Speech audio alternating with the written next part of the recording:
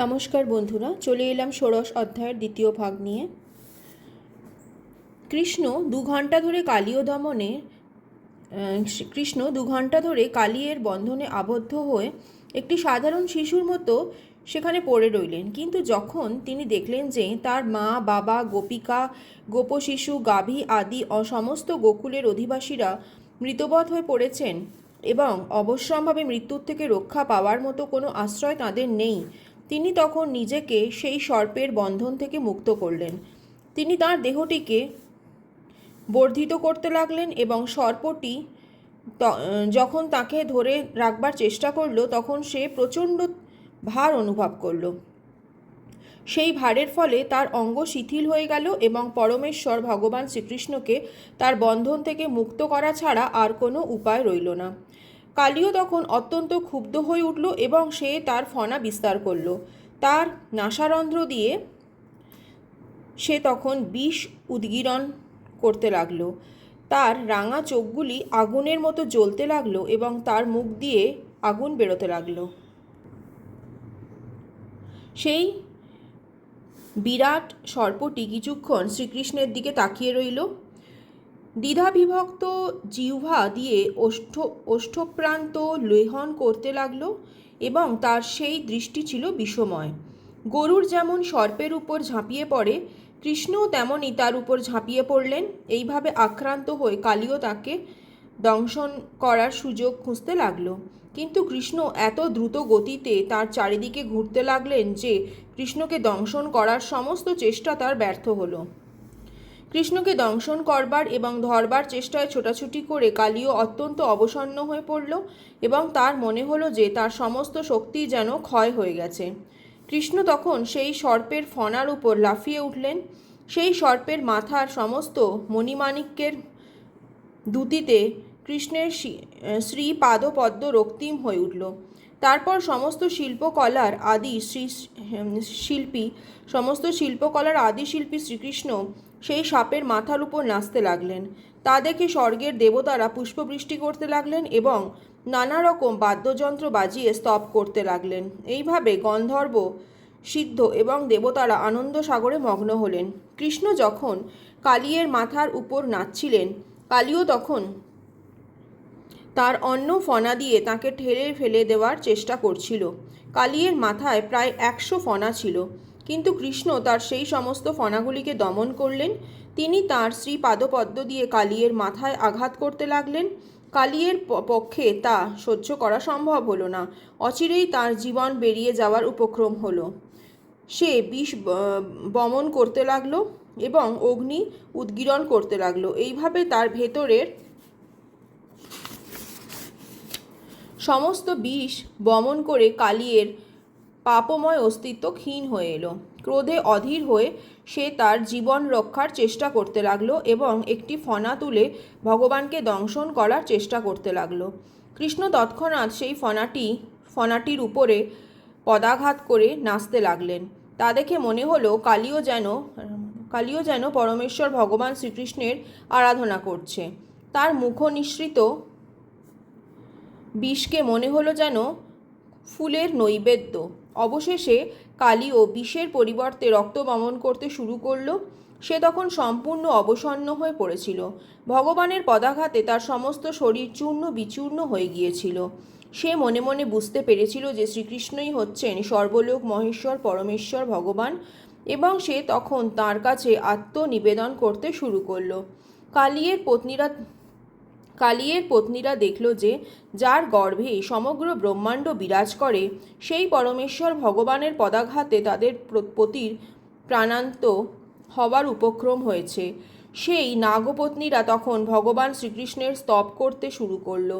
তাদের বসন ভূষণ এবং কেশবন্ধন শিথিল হয়ে পড়েছিল। তারা পুরাণ পুরুষ শ্রীকৃষ্ণের সম্মুখে উপস্থিত হল। তারপর সেই উদ্বিগ্নচিত্তা সাধ্বী নাগপত্নীরা নিজ শিশুদের অগ্রবর্তী করে কৃতাঞ্জলি পুটে পাপী স্বামীর মুক্তির কামনায় সমস্ত জীবের ঈশ্বর শ্রীকৃষ্ণের শরণাগত হয়ে ভূতলে নিপতিত হয়ে প্রণাম করল। নাগপত্নীরা বলতে লাগলো, হে দেব, আপনি সকলের প্রতি সমদৃষ্টি সম্পন্ন। আপনার কাছে আপনার পুত্র, বন্ধু বা শত্রুর কোনো বিভেদ নেই। তাই যে শাস্তি অত্যন্ত কৃপা পরবশ হয়ে আপনি কালিয়কে দিয়েছেন তা উপযুক্তই হয়েছে। হে ভগবান, দুষ্ট দমনের জন্যই আপনি ভূতলে অবতীর্ণ হয়েছেন, এবং যেহেতু আপনিই হচ্ছেন পরম তত্ত্ব, তাই আপনাকে করুণা বা দণ্ডের মধ্যে কোনো পার্থক্য নেই। আমরা তাই মনে করি কালিয়কে আপনি যে দণ্ড দিয়েছেন তা প্রকৃতপক্ষে তার প্রতি আপনার আশীর্বাদ। আপনার এই শাস্তিকে আমরা আমাদের প্রতি আপনার বিশেষ অনুগ্রহ বলেই মনে করছি, কেননা আপনি যখন কাউকে দণ্ড দান করেন তখন তার পাপ মোচন হয়। বিশেষত পাপের ফলে সর্পথ্নপ্রাপ্ত আমাদের স্বামী কালিয়র মাথায় নৃত্য করার ফলে তার পাপ মোচন হয়েছে। তাই আপনি যে তার প্রতি ক্রুদ্ধ হয়ে এভাবে তাকে দণ্ড দিয়েছেন তাতে ভালোই হয়েছে।